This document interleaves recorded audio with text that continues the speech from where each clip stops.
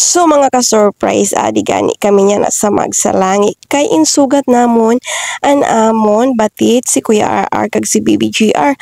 Kag naarama namon na mga rarigo, gali sinda o diba, chumamba naman an mga bida-bida. So nano pa man, nag-ururopod na kay pabukid gali daw ini. So nano pa man, nag-ururopod na naman, kay sulwak ang mga balon. Grabe damo tanan na pampbot may mga kaldero na dara. Sus pagkadadamo sa ning balon, maubos pa ba ini?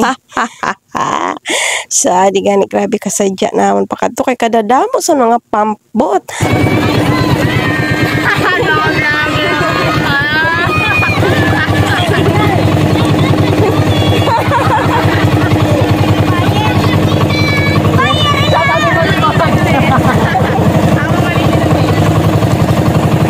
So adi na gani grabe kasadya kay nagpila na ang mga pump boat or motor sa dagat. So pakarad to sa bukid kaya sus grabe ang sadya sa mga batit kaya dili kan mapayag si Kuya RR kag si GR na dili makaupod sa pangararigo kay nagrakya man kaya adi man ang mga kapinsanan nagbaraha man. So adi ginlusan na gani ang mga balon na balindamo kag mga irimno na mga pinalamig ay sus buwa sa ni kung dili kamang pauli. So adi ang guruganda sa punta. Saka huyo kadida. So adi na gani sabi namon marulusad na kami kay para makaplastar na sa higadon kag makatuna na pagpanghungkab san mga balon. So nano pa man sirib na dis. So adi na gani nagrulusad na kay nagahulat pa sa iba ng mga kaururupod na adto pa sa orhi nagbaraha na naman ang mga bida-bida balinda mo so ang mga bata isig salom na. So igwa po gani dilan balon na isda na surog bahon kaya ada naging sugba na san pinakamaganda sa punta. Pero sabi niya dili daw siya pinakamaganda kundi sakto lang. Sus grabe kayo din si Miss Jory. So amo na nga ni nagasurog ba na kaya sabi niya sa akong videohan ko na ikaloya man sa nina kodakea. So ada gani siya gani dida tanan na nagsugba sa nan isda o diva.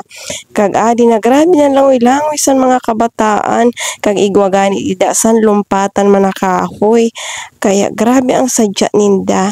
So adi man si Auntie Sally ang kusinera diring dapita o diba dan mga irimnon. Kag damo pada sa nakapantahob na irimnon pagka dadamo san balon.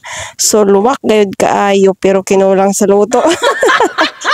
Sa adi na nagahurungan na sinda sa mga pagkaon kay pangutom naman ang mga batit.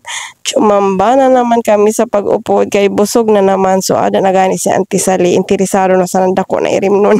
Kaso kinuha ni Auntie Sally. Kag adi gani ang binanatan ko kay grabe ang namit sadto. So adi na intawon nagpila na kay ipanggusla na intawon ang mga bata og mga tigulang kag adi kadadamo gani ninda san binignit. Sus na pagkanamit naman gayud. Paiba-iba ang lasa kay igwa pa dida san isad ka kaldero na puros man irog sanan binignit iba man ang nagluto. Kaya gani pag gusto intawon san kaon nagsurubra pa ina kay wara gayud kinaya san mga para kaon sa grabe kadamo san balon. So ada na ngani nagplastar na si Auntie Sally kay sabi ni Auntie Sel unahon pagpakaon an mga bata aron dili magsaramo kag adi si Diding nakadamo na sa balik-balik na siya didi siguro mga panlima na niya na balik. So adi na gani igos ang spaghetti kag adi hon manamito na pagkaon ngani kagada na si Diding habo na daw siya magbalik kay naparatin una lang siya kada balik niya. Nagsungo na lang lugod siya. So adi na po gani grabe ka sadya super sadya gayud san mga batit kag san mga girls sadya gani kami dida kaayo. So adi nagsampit na si Auntie Sally sang pinakajutay pa lang ina na plato o diva. Kaya busog ka gayod. So that's all. Thanks for watching and God bless.